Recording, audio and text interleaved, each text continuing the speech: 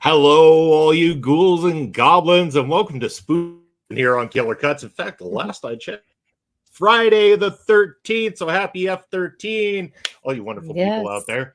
I'm Bobby Munson, and my partner in crime right there, Astrid Pizarro. How are you doing? Are you excited about this episode of Killer Cuts? Yes, I'm glad we're doing this one. I've been waiting for this one. It's going to be great. And because it's spooky season, we've been doing these about once every month to 6 weeks right now.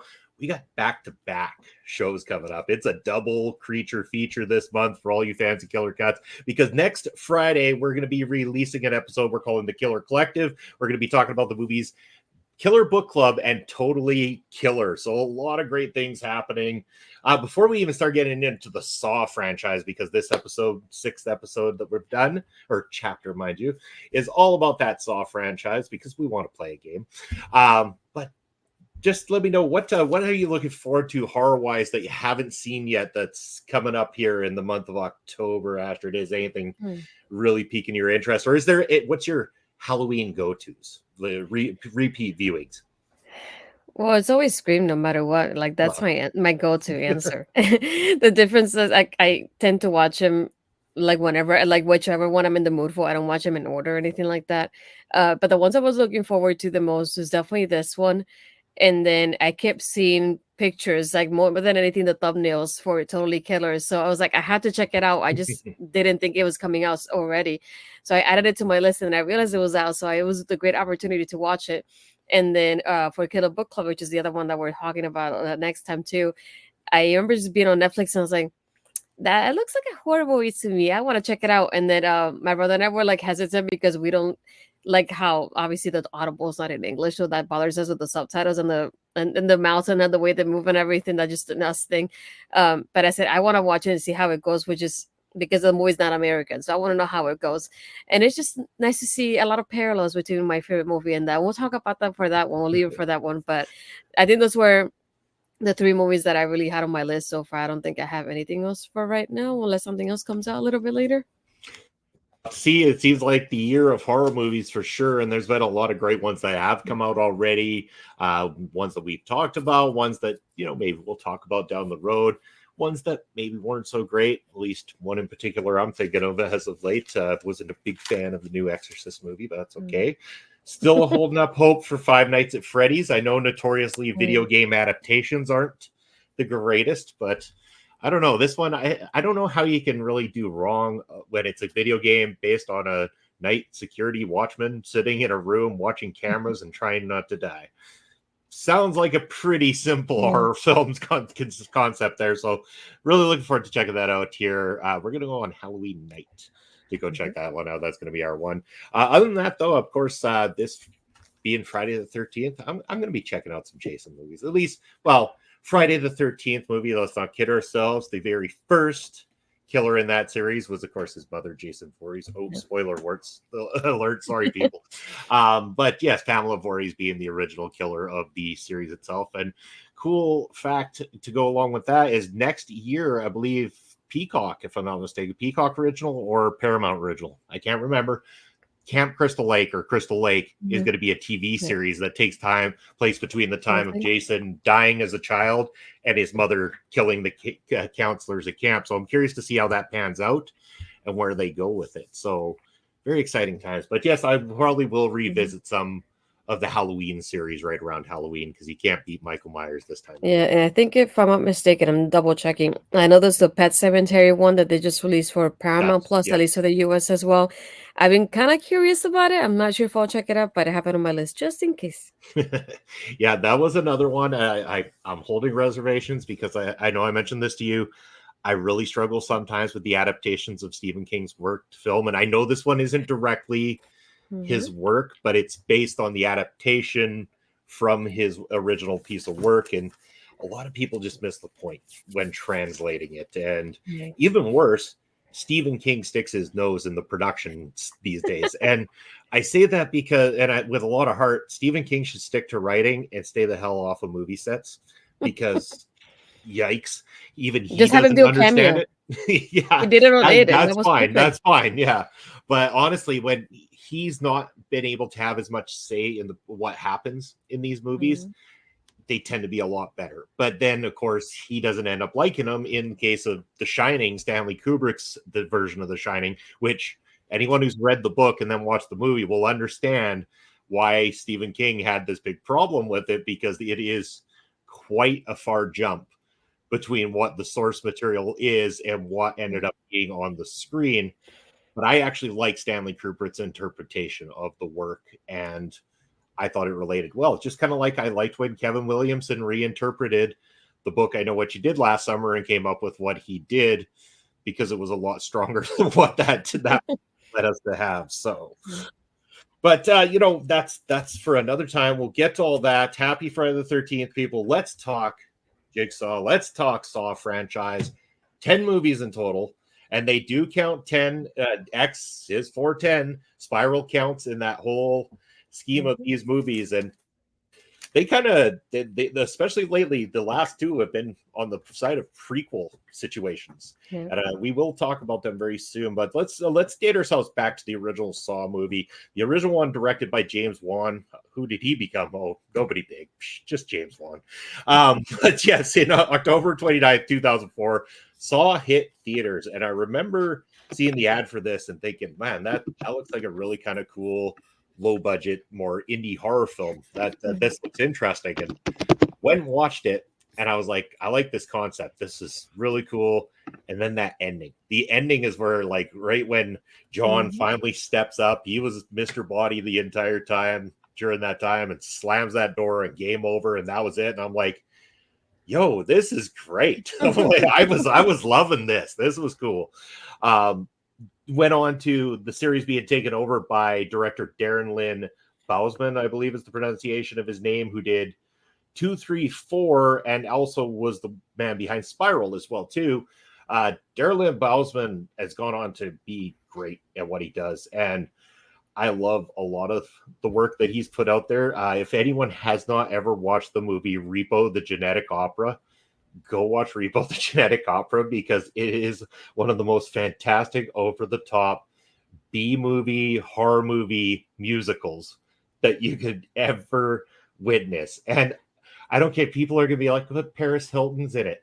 It doesn't matter, because the character she plays is perfect for Paris Hilton, because it's essentially Paris Hilton. So good job, Darren Lynn Bousman. You made her make sense in that movie. But yeah, we had 5 and 6 were actually taken over by David Hackle. 5 was David Hackle. 6 and 7 were Kevin Grutert, I believe. I will probably get that wrong. That's what I do. 8, which was known as Jigsaw, was the Spierig brothers. I said Darren Lynn Bousman back for Spiral. And then this most recent one was Kevin Grutert again, who was responsible for 6 and 7. 7 being the one that was in 3D, the final chapter, as they called it. It was the final chapter for 7 years.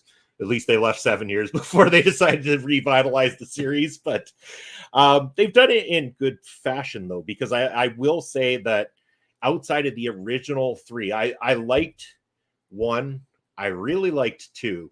I thought 3 was great. And 4 was kind of where it went on a little bit of a slope, where I found it became more about the traps and the over the topness of what they could do and what they brought. Not to say I didn't enjoy watching it. Obviously, I've seen every single one of these, but as the movies went along, it started to become like most horror movie franchise, where I was watching because I'm a fan. I like seeing where it goes, but it wasn't quite as in-depth and interesting as the first few. But I'll argue that Spiral and Saw changed my mind, and Saw X changed my mind entirely on that, because Spiral was good. Saw X was excellent.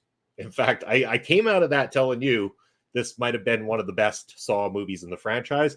I still look at it now and think it may have been better than most of the movies in this franchise, like arguably in the place with the first few for me. So I'm going to pass it over to you, Astrid.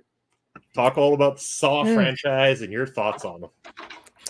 One thing that, like, the main thing I would say, not the one thing, but the main thing I like about Saw is the storytelling, because I like how when you go and watch it in the whole order, there's such a storyline here that you have to follow with his life. So it's interesting, like getting bits and pieces with every movie, so you kind of feel like it's a puzzle in a way if you think about it like that. And every single movie you learn something new from him and these characters. So it's incredible. Like when this came out, I was thinking I knew where it was gonna fit in the timeline, but I was wondering. I wonder if they're knowing how great this is gonna be, and if it's successful, if they'll want to do another one. Where are they gonna fit that in the storyline now? Because it's just interesting how they do it. But I also thought it was like my brother and I were thinking watching this because I like I forget her name. I have to look up her name, but like the antagonist, to put it like that, in the whole movie, the lady, she ends up it's the first time that I see somebody kind of like mocking him in such a way, but like putting him in his own trap, thinking, "Oh, I won." It's like usually people are trying to skip the traps, and they know that's what happens. But she's the first one to like challenge him in that way, and they're thinking, "Oh, I won," and then we automatically know they don't win because we know obviously Jigsaw's still alive for the next movie. If you think of the timeline was so. I just like how that's the first person that I ever see here like mocking him, and that sort of was like, "Oh, I beat you." But we know Jigsaw; he's always like two, three steps ahead of that person. So I was just waiting for that moment when that was gonna happen more than anything. That was my favorite part. But I like how even with Spiral too, the way they fit this is such a storyline to like fit the Saw franchise as a whole. That's just my favorite part of these whole movies. It's just thinking of like every single time we learn something new from him, and it's like I don't know how Tobin does it, but it's like I feel like he does it better every single movie. I don't know how he really does it. Um, but another one is like having like bits and pieces of like having Amanda in there. It was nice to see more of their relationship too, because we get glimpses of it, but I feel like it ends kind of quickly. So I'm glad we get a little bit more in that, and like having that, showing the connection that they have there too. So overall, I loved it, and I was like, I just wanted to watch it again. I'm just waiting for that moment that it comes on digital so I can purchase it too. But I just love, the way they just fit it into that timeline. I think the only thing that I would have liked that I didn't get to see was having Jill in there, because I'm thinking Jill and him, she still cares about him. And being that he's going to get a treatment in Mexico, I think I would have liked to see her like worried about him. He's like, "Oh, don't go," and like begging him not to go, but begging him that he'll be fine, to get another answer, to not leave her, or anything like that along those lines. Or even maybe encouraging him to go, because that would have been interesting. Her telling, he's like, "Oh, maybe it'll be like a unique chance at life," and see her get involved in his life in that sort of way. But I figure being that they were like in and out in that sort of way, and there's in the storytelling here, I figure maybe that's why. But that would be the only detail that I wish it would have been there to like show that connection in the timeline as a whole. But they could also be leaving it open for more storytelling as well too. Yeah. That's the thing. If these can go back to this point in time and tell a piece of the story that we didn't know, and so interestingly too, because as I said, I knew a twist was coming. I knew she hadn't got the better of Jigsaw because of the knowledge of what he was doing. The cool factor was how he got them and how he planned it. Now, it didn't go 100% to his original plan. There was a bit of a swerve to it, but I'm now looking at this about how much story they open up, because again, I don't know about the little boy who come in there and was involved at the end there. Where's his involvement in this? Like, to me, this wasn't something I couldn't find any information. This isn't someone that eventually we know later on in the series is this young boy. So is it possible that this is another apprentice of Jigsaw? Somebody like, again, he would have been very young during this time, or is this someone who could grow up to mimic and copy and be inspired by John Kramer? And this could be someone that we see lay out future plans to carry on the legacy of John Kramer in doing this. So it opened that up very well. I loved how they got the other two at the end, because I mean, I saw something coming, but I just loved when they finally realized how messed up they were, and just how that ended. And the acting, like Tobin Bell, like aside from like everybody did a good job in this, Tobin Bell was phenomenal at his absolute best. And I know one critic actually said it's interesting to know that Tobin Bell treats playing John Jigsaw Kramer like it's some sort of Shakespearean character, because he puts in an A+ performance when playing this. This is one of those guys where if they ever tried to take this series elsewhere and replace him, fans would revolt. They would not have it.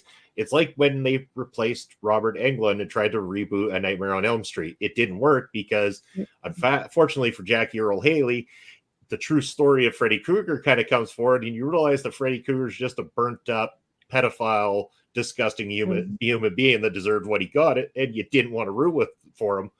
When Robert Englund played it, you're like, this guy's funny, so I can get behind it, but at the heart of it, it's a real sick bastard kind of thing. So, it's I think the same case here. You want to sympathize with the character to a certain degree because of why he's doing what he does, who he's doing it to, but at the same time, at the heart of it, it's a really sick, twisted person to be able to go to these extremes. I will say I was shocked being the 10th in the series, because horror movies notoriously need to go over the top every single time. They got to do one up the next one. How much gore, how much violence, how much this. This one scaled it back, I found. Now, not to say there isn't gore, and there is some pretty intense scenes in this movie, but it didn't become all about that. And in fact, a lot of it was played out a lot more interestingly and had the feel of the original film. So it felt like it fit between 1 and 2 like it was supposed to do. And I love that about the direction of this movie, that they cared so much about it to make it feel like as if this one legitimately was 1.5. Yeah, and another thing I love too is that I knew I saw it because of Twitter, and I knew I sent it to you, and I warned you about it. So I warned my brother about it too because he didn't know, and it's like having that after credit scene was really, really well done, because Yeah. I was like, I'm a Marvel fan, so no matter what happens, I will stay by sitting down my butt in there until the end of the credits. I will not get up until it's like I see the lights on. It's like, no, that's not my signal yet. So when I see people doing Marvel movies that get up, I was like, oh no, honey, you're not a fan. No, you're not a fan. So like seeing this made me think, I felt like I was watching like a Marvel movie, because like, oh, stay for the after credits, and I was like, sure. And they didn't even post it, because obviously for Marvel they don't tell you if you stay or not. You just fans kind of spread it around as the movie starts playing. So when I saw that the official Salkan tweeted it, I told my brother about it. He's about to get up, and I said, no, no, no, no, no, stay there. There's something happening. And I didn't know what to expect after that after credit scene. So seeing him there, and I had a feeling, because I was wondering from the get-go, and I told my brother, so is the guy that basically initiated this and gave him the idea to go to Mexico for the treatment, not, it's gonna go unscathed? That doesn't make sense to me. I was like, I made me wonder about his role. I was like, is he really innocent? Or is it just like John that just like, nah, I'm not gonna even try with him? So when you see the after credits scene with him getting tortured, and we had the detective there who people have been wanting to see in the movie as well. So even just to get that glimpse of him there, it made me think, it was like, I wonder what would happen like after that scene. Like what would if we had another movie like after that happened? Because I think that would have been interesting. And it just at the same time made me think about it. It's like, man, I wish I would have added that scene in the movie somehow. Like maybe a couple months later, him returning home and then getting his revenge. But it's still having an after credit scene felt like so different for a horror movie, and I love that they did that, something that was different for me. Yeah. Oh, I agree too. And I worry leaving most films nowadays. Like, I mean, obviously there's certain movies you can go to nowadays, especially if they're based on a true story, where there's not going to be an after credit. But horror movies, comedy movies, drama movies, it doesn't matter what it is these days. I'm like, do I stick around? Do I wait the extra 5, 6, 7 minutes, whatever it is, just to see? And I was glad that I was aware of this. I'm glad that you made me aware of it so that I could stick around for it. Because I do have that tendency to be like, certain it's nothing, so I'll just go and leave right now kind of thing, get ahead of the traffic. But then all of a sudden I'll hear, oh no, there was an after credits. Like, I could have stuck it out. Why didn't I stick it out? But glad I did here. But I've made a habit of it lately, especially just about everything. I even stuck around Scream thinking that maybe there'd be an after credit Scream. That's the other one that had it too, because I had seen that somebody posted there's an after credit scene, but they didn't say what it was. So after I stayed, I looked at my brother and I said, I can't believe that was the after credit scene. But it's funny, like thinking about it, because it's it's Scream. They're always gonna make fun about stuff like that. So I like the way they did it, but I prefer the Saw X after credit scene though. So if you haven't seen it, stick around and watch the after credit scene, please. Oh, for sure, everybody should.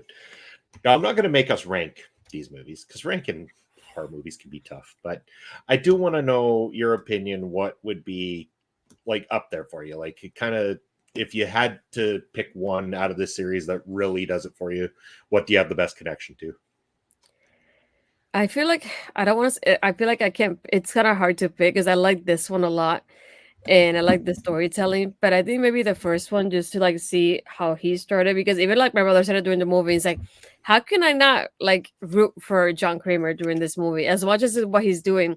Because you're thinking about like he's in a treatment, he's getting taken advantage of, and not only him but a bunch of people, and he's basically just bring that out into the open, that there's so many like victims to this doctor, to put it like that.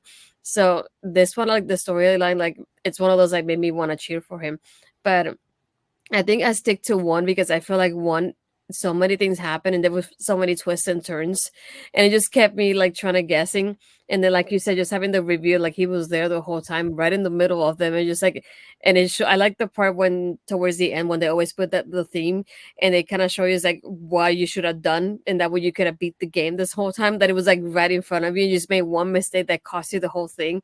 And it's Mhm. like seeing that for the first time, I was thinking, what the heck did I just watch? And it just made me want to watch another one because it just, I wanted to see how it will evolve from there. And I like seeing it. It's just funny because I think about it for me. And it's like, you don't think I will be enjoying movies like this because of the gore in it. But it's more than anything, the storyline that we have between all these movies that makes me want to keep watching them.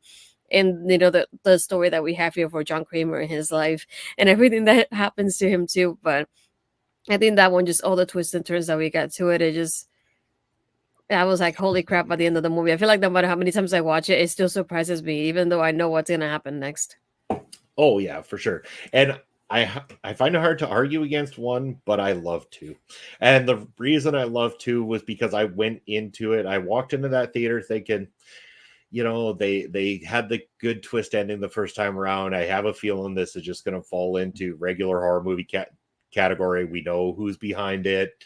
There's no swerve to it anymore. And lo and behold, how wrong I was, and in a very impressive way. I thought they upped the ante. I loved how two played out. I loved Amanda's inclusion into the franchise at this point in time too, and become such a notorious character throughout, and also played into Saw X as well. But yeah, I'm a big fan of two, and like I said, Darren Lynn Bousman behind it. I like his work. Not to say I don't like James Wan. I love James Wan as a director as well too. But Darren Lynn Bousman gets some of this horror quite well. He's gone on to make a few good other horror movies as well. So I mean, that's the one I would choose if I had to choose one in particular. So yeah. But yeah, anything else we want to talk about when it comes to the Saw franchise? I would say, especially now than this one, when it comes out on digital, DVD, anything that you can get access to it, I would definitely watch it in that storyline order to see how it feels, because that's something I want to do. Like fit X where it's supposed to be in the storyline to see how it feels with the rest of them now moving forward too. And I'm curious. I'm like, I would like to see something else with Spiral too, because I know that Spiral ended in like such a cliffhanger that it's just, it's like you leaving me in a cliffhanger in a book and don't release the rest of the series. Like you can't do that to me. So I definitely want to like, I want to see something else from that side of Saw as well. So I'm hoping they decide to do something else in there too with not Toby, because it's the first time that I didn't mind Toby not being in the movie, because I feel like the movie was still interesting without him, because they still involved him in that way. So I think I would like to see how that goes moving forward, because like I said, it was like an open end. So it was like you never know what really happened after everything there, after the the screen went black. So that's something that I would like to see as well. And again, if they decide to do another one after X, where would they fit in the storyline too? Because that's another thing that I'm curious about. Now that they just put this one in like right smack in the middle too. So I don't know. Well, I would imagine there's got to be interest in doing another one because, again, Saw X has really done decently at the box office. In fact, its total after 10 days of earnings landed it at more than Spiral's entire earnings completely. So within 10 X days, the Saw X managed to land more money at the box office than Spiral did in its entire run. So I'd imagine there's life still in these movies. People are still interested in them. I think Spiral's undoing was probably calling it Spiral and not having it Saw with the subtitle Spiral or something along those lines, kind of thing. Might have been the only thing that hurt it. I think people should still go back and check Spiral out and watch these movies in the sequence that you mentioned as well too, once digital becomes available. But yeah, it's doing really well for itself. I can only imagine that Saw 11 and Spiral 2 and all these wonderful things are just around the corner for us as fans. It's only a wonderful time for horror. And of course, this one is the first critically acclaimed movie in the entire franchise. So it took 10 movies for us to finally get one that the critics were actually on board with. And when I say on board with, we're looking at a Rotten Tomato score of 80%. And that was from a total of 137 reviews, giving it a clear thumbs up for most of the critics who, praised the acting, said that this was the best in the franchise, according to them. So it's not just us as fans saying this is a good one. The critics out there are saying this is the one they actually enjoyed. So awesome to the team behind it. Awesome that there's life still in it, and awesome for horror because it's made a huge comeback all of a sudden. We have so much to talk about and a lot of great upcoming episodes of Killer Cuts on the way as well too. But I think that's probably it for the Saw franchise, unless you got more to add there, Astrid. No, it was like it was great. It was better than I thought it was gonna be. So I'm glad I watched it like right opening weekend because I had the chance to. Yeah, me too. Very glad. Can't wait till the next one. It's hopefully going to be sooner rather than later as well too. But in the meantime and in between time, you can't just find us on, good old Killer Cuts. We got other stuff going on. So Astrid, why don't you tell the wonderful people where they can find you and reach out to you? Yeah, you can find me. A lot of my stuff is on my YouTube channel, which is like my name, Astrid Pizarro. And then social media was Twitter and Blue Skies, Astrid Pizarro. And then Instagram and Threads, Astrid Pizarro 20. But yeah, other than that, everything's on the YouTube channel. So if you haven't checked it out, go back and watch it all. Sounds good. There is where you can find me down below. That is where all my different socials are, including twitch.tv/video bro Bobby Munson, where you'll see me doing some gaming. I am the world's worst gamer, but I have fun doing it. You can also check me out on Prairie Pro Wrestling, one half of the commentary team with Papa Spokes, every single Saturday. If you want to just check us out on Thursday nights, we got Ring Respect Radio, and I'm here on Busting Out. Killer Cuts, I got Beats and Beatdowns, got the Pod Life, all sorts of things. You can always find all of that stuff at our local establishment. Of course, that's where you can find us, OLE Podcasts. Down at the bottom there, that ticker is going to take you everything. If it's on socials, OLE is over there because we've expanded in that way. We're the cool kids now. We're trying to keep up with all the kids these days. So check us out on all the socials. Like, follow, subscribe, all those wonderful things. And we appreciate the community we've built and the support that we have. Thank you, everybody, for tuning into this edition of Killer Cuts. Stay awesome. We'll